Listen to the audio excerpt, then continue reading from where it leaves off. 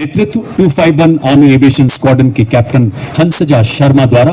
Captain Hansja भारतीय थल सेना की पहली रुद्रा हेलीकॉप्टर पायलट हैं। एलिना भारत के शस्त्रागार का ऐसा हथियार जो हमारी आपके सामने बड़ी शान से बढ़ता हुआ रेके एंड टैक्टिकल व्हीकल का दस्ता ये उबड़ खाबड़ वाले इलाकों में आसानी से चल सकता है। भारतीय सेना के लिए रेकी स्काउटिंग सैनिकों एवं सामग्री की तेजी से आवाजाही एवं दुर्गम इलाकों में ऑपरेशनल सपोर्ट के लिए अत्यंत सक्षम। वाह क्या बात है। महल रोड जयपुर की एवं इस भव्य परेड की शोभा है। As the combined military band of the Corps of the EME and the Bengal Engineer Group marches forward, every note they play becomes a salute to the soul of the nation. Playing the timeless melody of Sare Jahan Se Achha Hindustan Hamara, the band is led by Subedar Major M. Chandradutt of EME, Subedar Pradeep Singh Rawat of Bengal Engineer Group. और अब देवियों और सज्जनों, आत्मनिर्भर भारत के तहत स्वदेशी विकास से ऑपरेशन सिंदूर एवं दुश्मन के खिलाफ आने वाले सभी ऑपरेशन जीतने में सक्षम आपके सामने combat support weapon system Su-23mm twin barrel gun, जो कि एक एंटी एयरक्राफ्ट गन है। इस गन को लो लेवल फ्लाई करने वाले एयर टारगेट को एंगेज करने के लिए डिजाइन किया गया है। नेतृत्व 50 लाइट एयर रेजिमेंट के नायब सूबेदार वी राजेश के हाथों में। लड़ाई के दौरान वल्नरेबल एरिया को दुश्मन के एयर अटैक से बचाने के लिए इस गन का इस्तेमाल किया जाता है। यह एक light weight, simple to operate, highly mobile, high rate of fire करने वाली एंटी एयरक्राफ्ट गन है। देवियों सज्जनों, Su-23 के पीछे इसी श्रेणी का अगला वेपन सिस्टम L-70 गानों को लो लेवल फ्लाइंग विमानों के खतरों से बचाने के लिए विकसित किया गया है। एक ऐसी गन जो प्रतिकूल मौसम में भी पूरी तरह से कारगर है। आर्मी एयर डिफेंस का यह हथियार ऑपरेशन सिंदूर के दौरान अपनी उपयोगिता को पूरी तरह से सिद्ध कर चुका है, जहां इसने दुश्मन पर प्रबल प्रहार किया है। द्वारा अंडर स्लंग कर किसी भी दुर्गम इलाके में डिप्लॉय किया जा सकता है। नेतृत्व 1881 मीडियम रेजिमेंट के लेफ्टिनेंट उज्जवल भट्ट के हाथों में। वंदे मातरम की धुन में गूंजे आर्टिलरी का बेजोड़ साथी, विजय का यह संदेश सुनाता, इसमें बसता सेना का संकल्प अटल। लाइट हावित्जर है, हर चुनौती में राष्ट्र रक्षा का मंत्र प्रबल।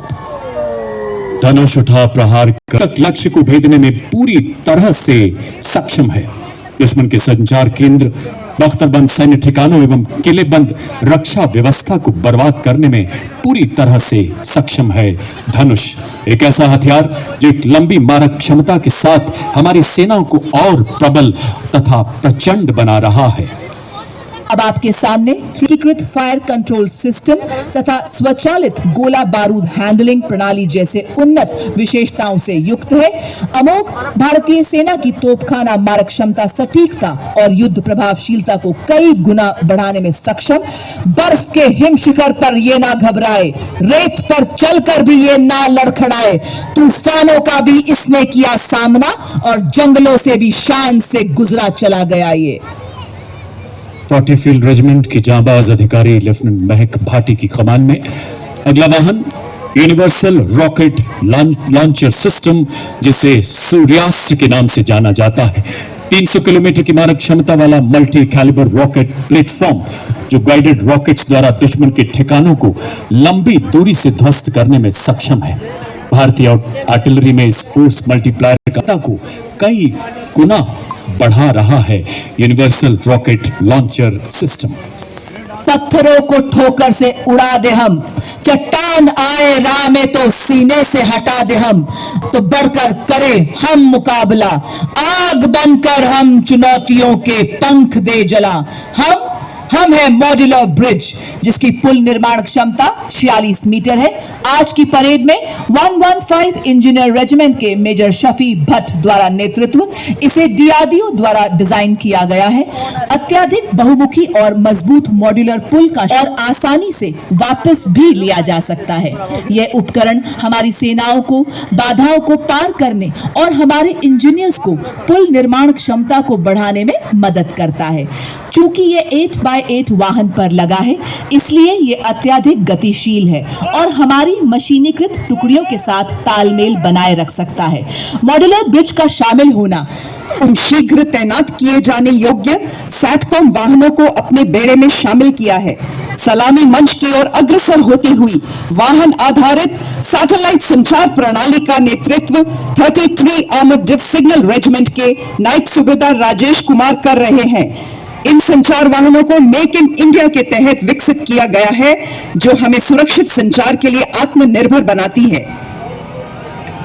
देवी और सज्जनों, अगले दो वाहन है शक्तिवान रेजिमेंट तथा दिव्यास्त्र बैटरी के विशेष रूप से डिजाइन किए गए नए पीढ़ी के मानव रहित ये वो हथियार तंत्र हैं जिन्हें हाई मोबिलिटी व्हीकल पर स्थापित किया गया है। शक्तिवान नेतृत्व 161 मीडियम रेजिमेंट के कैप्टन नमन शर्मा द्वारा इस वाहन में स्वॉर्म ड्रोन्स, मिनी हार्पी, हैरूप तथा पीस की जो युद्ध के परिवेश को बदल रहा है। और अब शक्तिवान के पीछे दूसरा वाहन दिव्यास्त्र जिसमें jolt medium altitude pseudo satellite system तथा स्काई स्ट्राइकर जैसे उन्नत ड्रोन लगाए गए हैं। नेतृत्व 161 मीडियम रेजिमेंट के सूबेदार किरण मेधर द्वारा। दिव्यास्त्र बैटरी ऐसी हाइब्रिड युद्धक इकाई है जो तोपखाने को निगरानी ड्रोन के साथ और सशक्त बना रही है। और अब आपके सामने भारत की तकनीकी प्रगति और आत्मनिर्भरता का एक उत्कृष्ट उदाहरण integrated drone detection and interdiction system, जिसका नेतृत्व कर रही हैं 401 लाइट एएडी रेजिमेंट की कैप्टन प्रिया यादव। बहुस्तरीय दृष्टिकोण से यह कार्य करता है।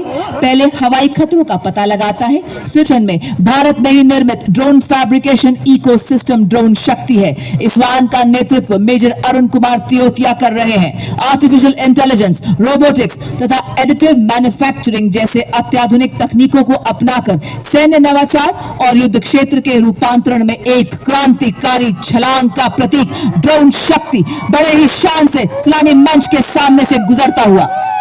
ड्रोन शक्ति के बाद मंच की ओर बढ़ता अगला दस्ता व्हीकल बेस्ड ड्रोन जैमर्स।